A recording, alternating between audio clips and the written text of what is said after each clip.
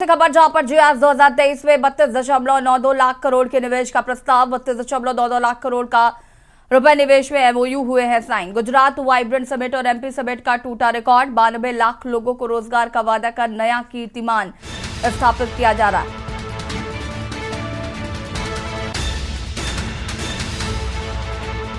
Gujarat summit में 15 लाख करोड़ के निवेश का प्रस्ताव मिला था। यूपी जीआईएस 2023 का दूसरा दिन आज। केंद्रीय मंत्री ज्योतिरादित्य सिंधिया होंगे शामिल। दोपहर 3:30 बजे जीएस मेले में लेंगे हिस्सा। केंद्रीय मंत्री स्मृति ईरानी भी आज लखनऊ आएंगी।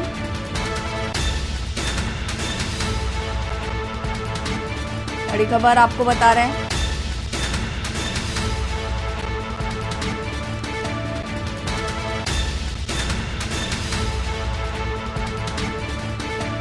नितिन गडकरी भी इसमें हिस्सा लेंगे। The Netherland partner country session में करेंगे प्रतिभाग। दोपहर 2:30 बजे पहुंचेंगे मौसी एयरपोर्ट। यूपी जीएस 2023 में शिरकत करेंगे मंत्री नितिन गडकरी।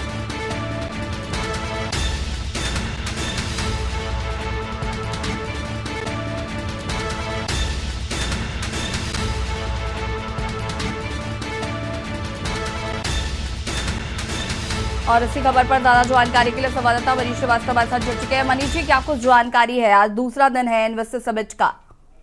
बिल्कुल, देखिए आपको बता दें कि लगातार जिस तरह से कल प्रधानमंत्री नरेंद्र मोदी ने इस ग्लोबल इन्वेस्टर समिट का शुभारंभ किया, उसके बाद से तमाम निवेशकों को एक उम्मीद जग गई है और लगातार उत्तर प्रदेश में जो निवेशक हैं वो अपना रजिस्ट्रेशन करा रहे हैं। अपनी कंपनी के रजिस्ट्रेशन कराने के बाद वो एमओयू तैयार किए जा रहे हैं, उस पर हस्ताक्षर हो रहे हैं। इसी को लेकर के अगर बात करें तो कल तक जो 26 लाख करोड़ का एक बजट का जो अनुमान लगाया जा रहा था वो बढ़ करके लगभग 33 लाख करोड़ हो चुका है और आने वाले 2 दिन के भीतर ये आंकड़ा लगभग 35 लाख करोड़ तक पहुंचने की पूरी उम्मीद जताई जा रही है। जैसा कि अपर मुख्य सचिव अरविंद कुमार ने जानकारी दी थी कल कि ये लगातार जो निवेश है ये बढ़ेगा और इसकी देखने को मिल रही है छवि। जो 10 लाख करोड़ का टारगेट उत्तर प्रदेश सरकार ने रखा था अब वो 26 लाख करोड़ तक पहुंच गया है और आने वाले समय में ये 35 लाख हो सकता है 40 लाख करोड़ तक भी पहुंच जाए। बस इंतजार इस बात का है कि ये जो एमओयू साइन हो रहे हैं, जो निवेशक आ रहे हैं, उनको तमाम सुविधाएं मिले उत्तर प्रदेश में और वो उनकी जो फाइलिंग की प्रक्रिया है वो समयबद्ध तरीके से अगर होती रही तो आने वाले समय में लगभग 5 से 6 साल के भीतर उत्तर प्रदेश की शक्ल सूरत पूरी तरह से बदल जाएगी। सेशन होने के बाद आज हम बात कर लें कि कल शाम से ये सेशन शुरू हुए हैं और आज भी चलेंगे और कल भी कुछ सेशन का कार्यक्रम रखा गया, उनमें केंद्रीय मंत्री शिरकत कर रहे हैं। आज जैसा कि आपको बताते हैं स्मृति ईरानी, अमित शाह, नितिन गडकरी, वीरेंद्र सिंह और सोनेवाल जैसे केंद्रीय मंत्री यहाँ पर मौजूद रहेंगे। साथ में उत्तर प्रदेश सरकार के जो कैबिनेट मंत्री हैं, स्वतंत्र देव सिंह हो, केशव प्रसाद मौर्य हो या फिर अन्य मंत्री, ये आज की जो दिन भर की प्रक्रिया है, जो अलग अलग सेशन रखेंगे सभी विभाग के, चाहे वो आईटी सेक्टर हो, चाहे वो ऊर्जा का सेक्टर हो, चाहे वो सॉफ्टवेयर से रिलेटेड कोई भी काम हो या निर्माण कंपनियां हो, इंफ्रास्ट्रक्चर को लेकर के हो, ये अलग अलग हॉल्स में इन सेशंस को रखा गया है। वहां पर इनका प्रस्तुतिकरण होगा। जो भी प्रेजेंटेशन कंपनियां देना चाहेंगी वो प्रेजेंटेशन देंगी, उसको लेकर के विचार विमर्श होगा और किस तरह से उन कंपनियों को सहूलियत दी जा सके जिससे वो उत्तर प्रदेश में आकर के बेहतर माहौल में काम कर सके। इसका आज पूरा खाका तैयार हो रहा है। इसी को लेकर के लगातार तमाम केंद्रीय मंत्रियों का आज दिन भर सिलसिला उत्तर प्रदेश में रहेगा। वो आकर के लगातार उद्यमियों से वार्ता करेंगे, निवेशकों से मुलाकात करेंगे।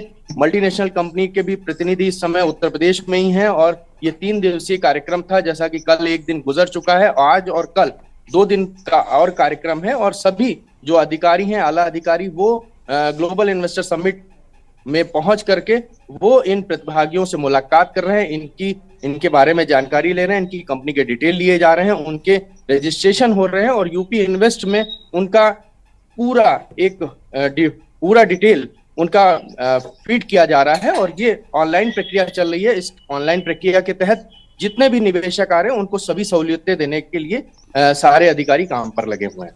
बिल्कुल मनीष जी, देखिए बड़े ही निवेशक नहीं, छोटे छोटे निवेशक जो हैं वो भी इस इन्वेस्टर समिट में हिस्सा ले रहे हैं। हमने देखा कि कानपुर से भी या फिर वाराणसी से भी बहुत सारे निवेशक ऐसे जो छोटे छोटे हैं और वो भी इस पर इन्वेस्ट कर रहे हैं, तो इनका भी एक अहम योगदान होगा यूपी में।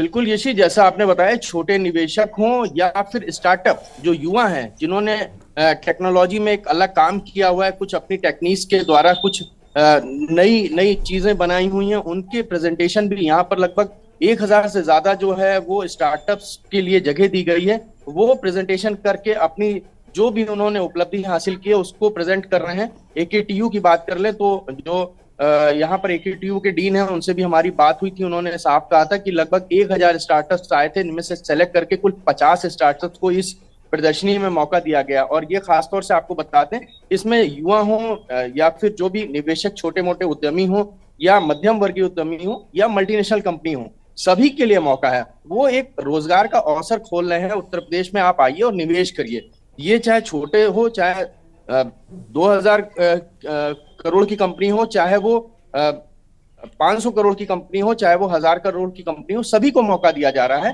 अगर आप 30 करोड़ भी खर्च करना चाह रहे हैं तो आप उत्तर प्रदेश में आइए, अपना अपना आप इंफ्रास्ट्रक्चर खड़ा करिए यहाँ पर आके। तो ये एक बहुत बड़ा एक विशाल मेला टाइप का है, इसमें हर आम आदमी को भी इसमें सहूलियत मिल रही है और बड़े जो मल्टीनेशनल कंपनीज हैं उनको भी मौका दिया जा रहा है। तो ये एक बहुत बड़ा स्कोप उत्तर प्रदेश सरकार ने खोला है। इससे जरूर आने वाले समय में सूरत बदलेगी। बहुत जल्दी तो इसमें कोई तब्दीली नहीं आएगी और ना ही इतनी जल्दी को दिखेगा परिणाम, लेकिन जिस तरह से जो रजिस्ट्रेशन हो रहे हैं, जिस तरह से लोगों का इंटरेस्ट जग रहा है, जिस तरह से माहौल बताया जा रहा है उत्तर प्रदेश में, लोगों का विश्वास बढ़ा है उत्तर प्रदेश में, तो ये आने वाले समय में जरूर उत्तर प्रदेश की शक्ल सूरत बदलेगी। बिल्कुल, कहीं ना कहीं जिस तरीके से यहाँ पर हम देख रहे हैं कि एक अलग सूरत देखने को कल भी मिली। लखनऊ में भी हमने देखा कि काफी सारे लोग आए, विदेश से काफी सारे इन्वेस्टर्स यहाँ पर आए इन्वेस्ट करने के लिए। छोटे उद्यमी इसमें अपना योगदान दे रहे हैं। कल प्रधानमंत्री मेजबान के तौर पर भी नजर आए, मुख्य अतिथि के साथ साथ। एक अलग तस्वीर जो है वो सूबे की देखने को मिल रही है। रोजगार की अगर हम बात करें तो इस ये जो इन्वेस्टर समिट हो रहा है, सिर्फ युवाओं को कितना रोजगार, देखिए आजकल क्योंकि युवा बेरोजगार है, युवाओं के पास काम नहीं है करने का। एक तरफ प्रधानमंत्री कहते हैं कि हम आत्मनिर्भर भारत बनाएंगे, तो ये उसमें कितना सहायक होगा? ये उसी लिए देखिए, इस जो ये इन्वेस्टर समिट हो रहा है ये बहुआयामी है। इसके एक आयाम को आप खाली ना देखिए, ये बहुआयामी है। इसमें रोजगार भी होगा, इंफ्रास्ट्रक्चर भी डेवलप होगा, इंडस्ट्रीज लगेंगी, तमाम प्रोडक्शन होगा, लोगों को सहूलियत मिलेगी। अगर हम बात कर लें पूर्वांचल की, तो वहां पूर्वांचल एक्सप्रेसवे बन चुका है। बुंदेलखंड की बात करें, बुंदेलखंड का एक्सप्रेसवे बन चुका है। लोगों को यातायात की बेहतर सुविधा मिल रही। अब निवेशकों को चारों तरफ जाने का मौका मिला है। उत्तर प्रदेश में अगर अभी बात करें तो पूर्वांचल कहीं ना कहीं पिछड़ा नजर आता था और बुंदेलखंड भी खासतौर से पिछड़े की अगर बात करें तो ये दो आते थे इसमें। लेकिन जिस तरह से अगर ये इंफ्रास्ट्रक्चर डेवलप हुआ, अब धीरे धीरे इनमें रोजगार, जब इंडस्ट्री लगेगी तो रोजगार बढ़ेगा, स्वाभाविक सी बात है। और आज की अगर इन्वेस्टर समिट की बात कर ले तो इसमें देखिए, निवेश पोर्टल उन्होंने बनाया तो उसमें रोजगार दिया, उन्होंने लाइजनिंग ऑफिसर बनाया तो उसमें रोजगार दिया, उसमें निवेशकों को कोई भी समस्या ना हो तो उसके लिए अपॉइंट किए जा रहे हैं लोगों को, वो एक रोजगार का अवसर है। स्टार्टअप्स के लिए, छोटे छोटे लोगों को स्टार्टअप्स की के लिए लोनिंग दी जा रही है, फंडिंग की जा रही है, उनको सब्सिडी दी जा रही है। तो ये सब एक तरह से रोजगार के ही अवसर हैं। सरकारी नौकरी ही खाली रोजगार नहीं है, रोजगार के तमाम और भी अप्रत्यक्ष रूप से देखें तो ये रोजगार के ही अवसर हैं। जिस तरह से ये निवेशक आ रहे हैं उत्तर प्रदेश में, और धीरे धीरे अब जैसे जैसे इंडस्ट्री डेवलप होंगी, रोजगार लगातार बढ़ेगा और रोजगार, लोगों के जो युवाओं की बेरोजगारी का सवाल है, ये धीरे धीरे खत्म होगी। एकदम से एक रात में कुछ नहीं होगा, लेकिन ये है कि अब इसका खाका तैयार कर लिया गया। अगर ये बेहतर तरीके से चला, दोनों, अगर केंद्र में भी और उत्तर प्रदेश में भी अगर योगी सरकार बनी रही, भाजपा सरकार रही, तो ये जल्दी क्रियान्वित होगा और ये जमीन पर जल्दी उतरेगा और लोगों को एक रोजगार के मौके बहुत जल्द आने वाले कुछ ही समय में देखने को मिलेंगे। बिल्कुल मनीष जी, देखिए इन्वेस्टर समिट आयोजित हो रही है, सारी चीजें बहुत बेहतर लग रही हैं, युवाओं को रोजगार मिलेगा ये भी समझ में आ रहा है, उत्तर प्रदेश की हालत जो है वो सुधरेगी ये भी समझ में आ रहा है। लेकिन विपक्ष भी इस पर बहुत कटाक्ष करता हुआ नजर आ रहा है कि ये जनता को बेवकूफ बनाया जा रहा है, पैसा बर्बाद किया जा रहा है। इसको लेकर क्या कहना चाहेंगे? देखिए, विपक्ष जो सवाल उठा रहा है उसमें कहीं ना कहीं देखिए विपक्ष की भूमिका होती है कि जो सत्ता पक्ष करे उसका विरोध करिए। हालांकि अगर बाद में आप देखिए तो विपक्ष ये भी आखिरी में कह रहा है कि अगर योगी सरकार इसको साकार रूप दे देती है तो उसके लिए मैं बधाई दूंगा। विपक्ष तो पहले तो जरूर इन आंकड़ों को लेकर के वो हमला बोल रहा है, लगातार हमलावर है योगी सरकार पे कि ये सिर्फ कागजी कार्रवाई हो रही है। सवाल यही है कि अगर ये कागजी कार्रवाई हो रही है और ये जमीन पर उतर आई तब विपक्ष शांत हो जाएगा। लेकिन अभी जिस तरह से जो एक 2 दिन का 3 दिन का इवेंट है, इसको एक इवेंट मैनेजमेंट करके भी बताया जा रहा है। हो सकता है उनका एक नजरिया हो, लेकिन जो विपक्ष है, क्योंकि हमने पहले भी देखा जो इन्वेस्टर समिट हुई है, चाहे वो मायावती के टाइम पर, जो अखिलेश के टाइम पर हुई इन्वेस्टर समिट, या योगी सरकार के टाइम पर जो इन्वेस्टर समिट हुई, उनमें और इस इन्वेस्टर समिट में जमीन आसमान का फर्क है। वो 40,000 करोड़ की थी, ये 26। अनम्यूट करें। तो ये कोई जो यूपी का बजट है उसका 4 से। अनम्यूट करें मनीष जी।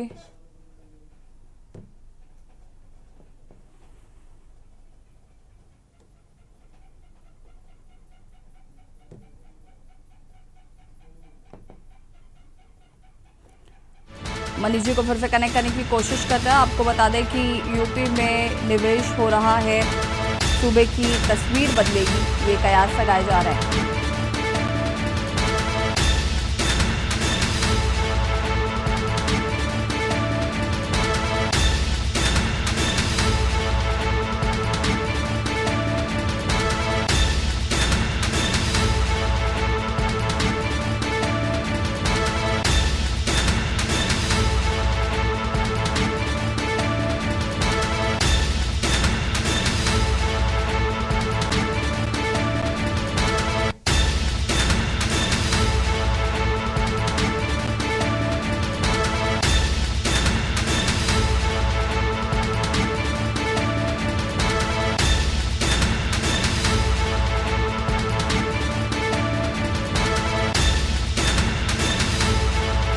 यूपी में इन्वेस्टर समिट का आज दूसरा दिन।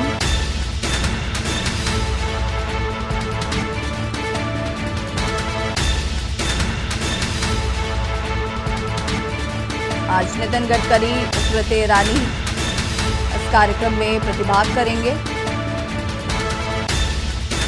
ज्योतिरादित्य सिंधिया भी आपको बता दें कि इस कार्यक्रम में आज प्रतिभाग करने वाले हैं।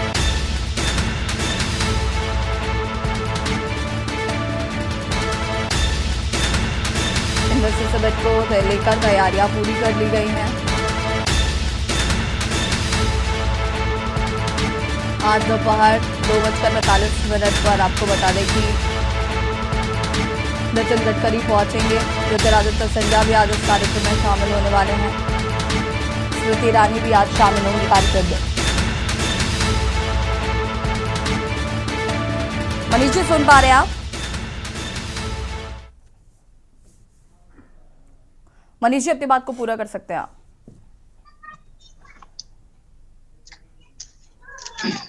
मनीष जी अपनी बात को पूरा करें।